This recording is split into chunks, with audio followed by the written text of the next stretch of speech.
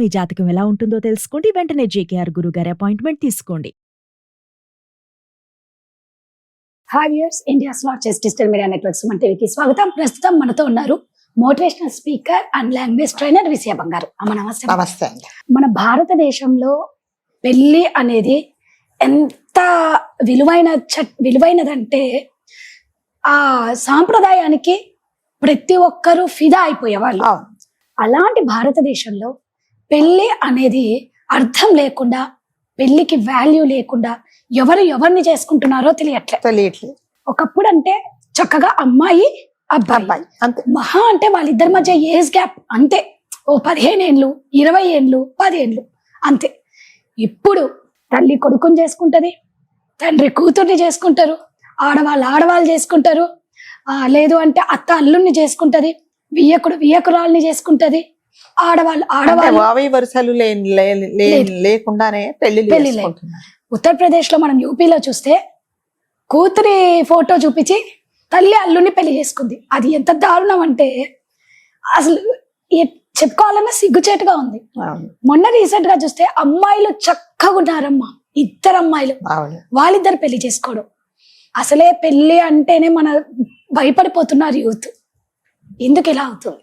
మీరు అన్నట్టుగానండి, నిజంగానే భారతదేశం అంటే సంస్కృతికి, తర్వాత మనకు పట్టింపులకు, తర్వాత పద్ధతులకు అంటే ఇది ఒక పుట్టినిల్లు. ప్రతి ఒక్క విదేశీయులు భారతదేశం వైపు ఎందుకు చూస్తారు అంటే వీళ్ళ దగ్గర మనకుండే సంస్కృతి సాంప్రదాయాలకు చాలా విలువ ఇస్తారు. మరి ముఖ్యంగా పెళ్లిళ్ళు అనగానే వాళ్ళందరూ ఫారినర్స్ ఇప్పటికి కూడా ఏమంటారంటే, మీరు 100 సంవత్సరాలు మీరు అంటే వైఫ్ అండ్ హస్బెండ్ ఎలా కలిసి ఉంటారు అనేది వాళ్ళొక వింతగా అడుగుతారు. అదొక క్వశ్చన్ మార్క్ వింతగా చెప్పుకుంటారు.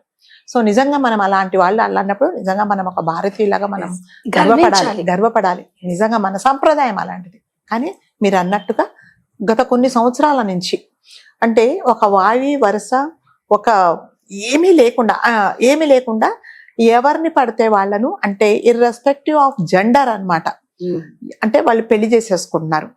ఇవన్నీ ఎందుకంటేనండి, ఫస్ట్ ఆఫ్ ఆల్ ఈ మరి ముఖ్యంగా యూత్కి కానీ లేకపోతే ఈ కాలంలో ఆలోచించే వాళ్ళకి కానీ ఒక పద్ధతి, ఒక పాడు, ఒక మంచి చెడు అనేది ఒక ఏమీ లేదనమాట.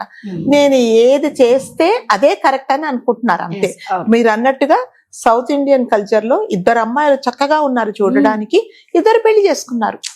మరి దాన్ని ఆపడానికి ఎవరు ప్రయత్నించలేదా అంటే ప్రయత్నిస్తారు. ఎవరు మాత్రం ఇది తప్పని చెప్పినా కూడా అంటే వినే పరిస్థితులలో ఈ కాలం వాళ్ళు, ఈ కాలంలో యువత లేరండి. మేము ఏది చేస్తే అదే అంతే, అదే కరెక్ట్ అని అంటున్నారు. కానీ ఇది పద్ధత, ఇది తప్ప ఒప్ప అనేది ఎవరు ఆలోచించుకోవట్లేదు. ఇది వరకు పెళ్లిళ్ళు అంటే ఏమయ్యేదంటే ఏజ్ గ్యాప్ మాత్రం ఉండేది. అంటే మనకు తెలిసి అమ్మాయిలు చిన్న వయసు పెద్ద వయసు వాళ్ళని చేసుకున్నారు. తర్వాత అది కూడా తగ్గిపోయింది. తర్వాత ఏంటంటే అమ్మాయిలు పెద్ద వయసు ఉంటే అబ్బాయిలు కొంచెం చిన్న వయసులో చేసుకుంటున్నారు. ఇట్స్ ఓకే, దానికి కూడా ఏం ప్రాబ్లం లేదు. ఇప్పుడు అంటే పెళ్లి అంటే ఒక ఆడ మగ కలిసి ఉంటే కలిసి చేసేది అన్ని పెళ్లి అంటారు. ఇప్పుడు అలా ఉండట్లేదండి. అంటే అటు ఇటుగాని వాళ్ళు పోయి అమ్మాయిలను చేసుకుంటున్నారు, అమ్మాయిలు వచ్చి అబ్బాయిలను చేసుకుంటున్నారు. అంటే జెండర్ అనేది సేమ్ జెండర్స్ లో చేసుకుంటున్నారు. అంటే దీనికి ఏంటంటేనండి, ఎవరు చేసింది వాళ్ళే కరెక్ట్, నేను చేసిందే కరెక్ట్ అనేది అంటున్నారు. కానీ ఎవరి మాట వినటం లేదు. ఎవరైనా కూడా ఇప్పుడు మీరు అన్నట్టుగా 2 అమ్మాయిలు పెళ్లి చేసుకుని తప్పకుండా అందరూ చెప్పిండొచ్చు, ఇదేంటి ఇది పద్ధతి కాదని. అంటే ఏదైనా చెప్పితే వినే పరిస్థితుల్లో లేరండి ఇప్పుడు ఎవరు లేరు. అంటే మేం చేసిందే కరెక్ట్. మరి వాళ్ళిద్దరు పెళ్లి చేసుకొని ఏం చేస్తారో నాకైతే తెలియదు మరి కదా. పెళ్లి అనగానే ఒక ఆడమగ కలిసి పెళ్లి చేసుకున్న తర్వాత సంసారం చేసి అంటే ఆ వంశాన్ని ఉద్ధరిస్తారు అనేది ఒక సంప్రదాయము, అది ఒక పద్ధతి. మరి ఈ అబ్బాయిలు పెళ్లి చేసుకున్నారు అంటే ఇది వరకు ఏంటంటే వాళ్ళు క్లోజ్ ఫ్రెండ్స్ అనగానే మనం చాలా గర్వంగా ఫీల్ అవుతారు. కానీ ఇప్పుడు ఏంటంటే 2 అమ్మాయిలు క్లోజ్ గా ఉంటే భయం వేస్తుంది. వీళ్ళు రేపు పొద్దున ఏం పని చేస్తారా అని. 2 అబ్బాయిలు కలిసి ఉండి మేము అక్కడనొకరు విడిచి ఉండలేమంటే అది స్నేహం వరకే అని మనం ఇప్పుడు అనుకోవడానికి లేదండి. వీళ్ళిద్దరు రేపు పొద్దున కలిసి మేమిద్దరం కలిసి పెళ్లి చేసుకుంటాం, కలిసి ఉంటే ఏంటి అనేది అని కూడా అంటున్నారు. అవును, 2 అబ్బాయిలు చేసుకోవడం కూడా కామన్ అయిపోయింది. అంటే ఇప్పుడు ఏమంటున్నారంటే ప్రతిదానికి అంటే మా చిన్నప్పుడు మేము ఎదిగేదాకా మీకు నాకు చాలా ఏజ్ గ్యాప్ ఉంది. సో అప్పుడు ఏమంటే పెద్దవాళ్ళు ఏది చెప్తే అది పద్ధతి ప్రకారం వినేవాళ్ళు. ఇప్పుడు ఏమిటంటున్నారంటే ప్రతి దానికి ఒక రూల్ అడుగుతున్నారు. అబ్బాయిలు అమ్మాయిలే పెళ్లి చేసుకోవాలని ఎక్కడుంది? అమ్మాయిలు ఎందుకు చేసుకోకూడదు, చేసుకోకూడదు అని ఎక్కడైనా రూల్ ఉందా? చేసుకుంటే ఏమవుతుంది, మేము చేసుకొని చూపిస్తాం అంటారు కదండి. మొండివాడు అంటే మొండివాడు రాజు కంటే చాలా బలవంతుడంట. అంటే చెప్పిన మాట వినకపోతే, ఇప్పుడు నేను పట్టిన దానికి 3 కాళ్ళు అన్నప్పుడు, కుందేలకు 3 కాళ్ళు ఉన్నప్పుడు మనం ఏం చేయలేము. సో వాళ్ళని ఏం చేస్తున్నాం, వదిలేస్తున్నాం. కాకపోతే ఇది మన సాంప్రదాయాన్ని మంటగలుపుతున్నాము. ఇది మనం ఏం అంటే మనము అంటే సొసైటీకి ఏం మెసేజ్ ఇస్తున్నాము అనేది ఎవరు ఆలోచించట్లేదు. ఇద్దరు అమ్మాయిలు పెళ్లి చేసుకున్నారండి చాలా సంప్రదాయంగా, ఒకరికొకరు మంగళసూత్రాలు కట్టుకున్నారు, ఒకరి కాళ్ళకు ఒకరికి దండాలు పెట్టుకున్నారు, ఇద్దరు హక్ చేసుకున్నారు. ఏం చేస్తారు మీరు? జోగి జోగి రాసుకుంటే బూడిద అన్నట్టే కదా. ఏం చేస్తారు? ఇక వంశం కూడా వాళ్ళకి నెక్స్ట్ ఉండదు కదా. ఉండదు. పోనీ మీ ఇద్దరు ఒకరినొకరు మీరు అంటే వాళ్ళ పాయింట్ ఆఫ్ వ్యూలో ఒకరికొకరు ప్రాణ స్నేహితులు, ఒకరినొకరు విడిచి ఉండలేరు అన్నప్పుడు చక్కగా ఫ్రెండ్స్ లాగానే ఉండండి. పెళ్లి చేసుకోవడం ఏంటి అంటే, పెళ్లి చేసుకొని మీరు ఏం ప్రూవ్ చేస్తారు? కరెక్ట్ కదా, ఏం ప్రూవ్ చేస్తారు చెప్పండి? మగవాళ్ళు ఉంటారు, ఇద్దరు చాలా క్లోజ్ ఫ్రెండ్స్ అంటారు, మేమిద్దరం కలిసి ఉంటాం, మేము పెళ్లి చేసుకుంటే తప్పేంది అంటారు. ఆ పెళ్లి అనే దానితో ఎందుకు మీరు ఆ పెళ్లి అనే సంప్రదాయాన్ని ఎందుకు మంట కలుపుతున్నారో తెలియటం లేదండి. సో ఇవన్నీ ఏంటంటే వింత పోకడలు. అంటే ఎక్కడ చూసి నేర్చుకుంటున్నారో తెలియదు. ఇప్పుడు పెద్దవాళ్ళు చెప్తే ఏమంటున్నారో ప్రతి దానికి ఒక ప్రూఫ్ అడుగుతున్నారు. ఎందుకు చేసుకోకూడదు, దీన్ని చేసుకున్నందువల్ల నష్టం ఏంటి అని అన్నప్పుడు వితండవాదం ఎవరైనా చేస్తే ఎవరు కూడా కొన్ని ప్రశ్నలకు మనం సమాధానాలు చెప్పలేమండి. అదే వీళ్ళ ఇద్దరి విషయంలో జరిగింది. మీరు అన్నట్టుగా అత్తగారు అంటే ఒక తల్లి స్థానం. అలాంటి తల్లి స్థానాన్ని తీసుకెళ్లి అంటే ఫస్ట్ ఒక అమ్మాయి ఫోటో చూపించి అంటే ముస్లిం సాంప్రదాయంలో అమ్మాయిలని చూపించరు పెళ్లి కొడుకుకి. అంటే వాళ్ళకి సంబంధించిన కుటుంబ సభ్యులు చూస్తారే కానీ డైరెక్ట్ గా పెళ్లి కొడుకు చూసే సంప్రదాయం వాళ్ళకి లేదు. ఎప్పుడు చూస్తారంటే పెళ్ళంతా నిఖా అనేది అయిపోయిన తర్వాత అప్పుడు వాళ్ళు చూస్తారనమాట. ఈ విషయంలో ఏమైందంటే ఫస్ట్ ఫోటో చూపించారు, ఆ అబ్బాయి సరే ఫోటో చూసిన తర్వాత సరే అన్నాడు. తీరా పెళ్లి అని అనుకున్నప్పుడు ఆ నిఖా చదివేటప్పుడు ఆ అమ్మాయి పేరు పిలిచే బదులు అత్తగారి పెళ్లి పిలిచారు. అదేంటి ఇలా చేస్తున్నారు అని అంటే, నువ్వు నోరు మూసుకొని కూర్చో, నువ్వు ఎక్కువ మాట్లాడావంటే నీ మీద రేప్ కేసు పెడతామని చెప్పారు. అంతా చేసింది ఎవరో తెలుసా? ఆ అబ్బాయి వాళ్ళ అన్న వదిలే, ఎవరో పక్కన వాళ్ళు కాదు. పోలీస్ స్టేషన్కి వెళ్ళాడు. ఏం చేస్తారు చెప్పండి? పోలీస్ స్టేషన్ లో కొన్ని విషయాలు మాత్రమే వాళ్ళు ఇన్వాల్వ్ అయ్యి సాల్వ్ చేస్తారండి. వాళ్ళు పెళ్లి మీ వాళ్ళే అంటే అన్న వదినలే పెళ్లి చేస్తే వాళ్ళు ఏం చెప్తారు చెప్పండి? సో దీనికి ఏంటంటేనండి, వీటన్నిటికంటే విపరీతమైన ధోరణి. ఎవరో చెప్పిన మాట మరి ముఖ్యంగా అంటే 99.9% వినట్లేదండి. యూత్ అనేది వినటం లేదు.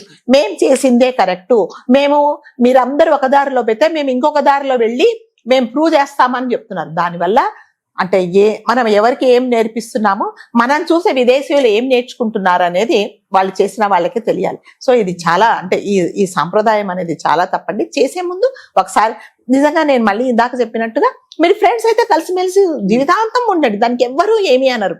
మగపిల్లలు కానీ ఆడవాళ్ళు కానీ సంప్రదాయంగా మీరిద్దరు మంచిగా ఫ్రెండ్షిప్ లోనే ఉండాలి. కానీ పెళ్లి చేసుకుని అంటే మీరంటే వ్యతిరేకంగా అంటే ప్రకృతికి వ్యతిరేకంగా మీరు చేసి అంటే అట్టహాసంగా పెళ్లి చేసుకున్నారు. అమ్మాయిలు అయితే ఇద్దరు అమ్మాయిలు ఎంత గ్రాండ్ గా పెళ్లి చేసుకున్నారు. జ్యువెలరీ కానీ, వాళ్ళ శారీ కానీ, వాళ్ళ మేకప్ కానీ అసలు బొమ్మలాగున్నారు మళ్ళీ అమ్మాయిలు. అవునండి, ఏం లాభం చెప్పండి, ఏం లాభం? సో అంటే దీనికి విలువలు అనేది ఏమి లేకుండా పోతున్నాయండి. అంటే ఎవరికి కూడా సెల్ఫ్ డిసిప్లిన్ అనేది ఏమీ లేదు. ఏ పని చేయాలి, ఏ పని చేయకూడదు, మనం ఈ పని చేసినందువల్ల నలుగురు మన గురించి ఏమనుకుంటారు, మనం వేరే వాళ్ళకి ఏం నేర్పిస్తున్నాం అనేది ఆలోచించకుండా ఏది అనుకుంటే అది చేసేస్తున్నారు అనమాట. ఇది అంటే మీరు అన్నట్టుగా ఎలా మార్పు రావాలంటే అంటే ఇండివిజువల్ గా ఎవరికి వాళ్ళు ఆలోచించుకోవాలండి. ఎవరికి వాళ్ళు ఆలోచించుకొని నిర్ణయాలు తీసుకుంటే తప్ప ఇప్పుడు ఎవరు కూడా చెప్పరు, అమ్మ నువ్వు అమ్మాయిని చేసుకోకు, అబ్బాయి అసలు అది ఊహక్కందని విషయం కదండి. ఇప్పుడు మనం ఒక అఘోరి అనే విషయంలో కూడా అదే విన్నాం. అసలు ఆమె ట్రాన్స్జెండరో ఏడో కాదు, అసలు యాక్చువల్ గా అబ్బాయి తర్వాత మళ్ళీ అమ్మాయి అయింది, ఇంకొక అమ్మాయితో స్నేహం చేసింది. ఆ అమ్మాయి ఏం చెప్పిందంటే నా కూతురు నేను అమ్మ అనింది. సరే మనం ఎవరేమనుకోలేదు, సరే భక్తి మార్గంలో వెళ్తుందేమో, సరే తల్లి కూతురేమో అనుకున్నాం. తర్వాత కొన్ని రోజులకి ఏమైంది, పెళ్లి చేసుకున్నారు. ఏం చేస్తాను చెప్పండి, అది ప్రకృతి. ఇప్పుడు ఇది ఇలా ఎందుకు చేశారు? నేను ఒక ఏజ్ వచ్చింది, నేను ఇండివిజువల్ గా ఉంటాను, నేను మేజర్ అయిపోయాను అంటే, నువ్వు మేజర్ పోయినావు సరే, వేరే వాళ్ళని పెళ్లి చేసుకుంటే ఎవరు అబ్బాయిని చేసుకుంటే ఇలా చేసినందుకే కదా ఇవాళ ఇది ఎందుకు అంత ఇష్యూ అయిందంటే ఇది అంటే ఎవరు అయినా కూడా అమ్మాయిలు కానీ అబ్బాయిలు కానీ వాళ్ళు చేసిందే కరెక్ట్ అనే అంటున్నారు. సో దీనికి ఏమిటంటేనండి ఎవరంతకు వాళ్ళు ఆలోచించుకోవాలి. ఇది మనం ఎంతవరకు కరెక్ట్ చేస్తున్నాము, ప్రకృతికి విరుద్ధంగా పోతున్నాము కదా మనం అనేది వాళ్ళు ఆలోచించుకుంటే తప్ప ఈ పద్ధతిలో అనేది మార్పు రాదండి.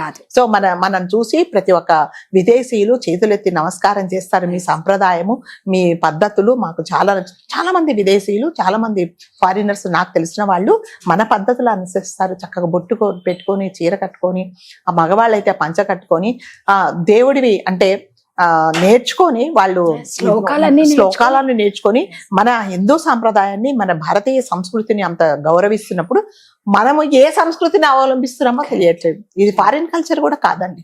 అంటే ఇదంతా ఏంటంటే వింత పోకడలు అనమాట. వింత పోకడలు పోయి ఎవరికి ఏం ప్రూవ్ చేయదలుచుకున్నారో తెలియదు.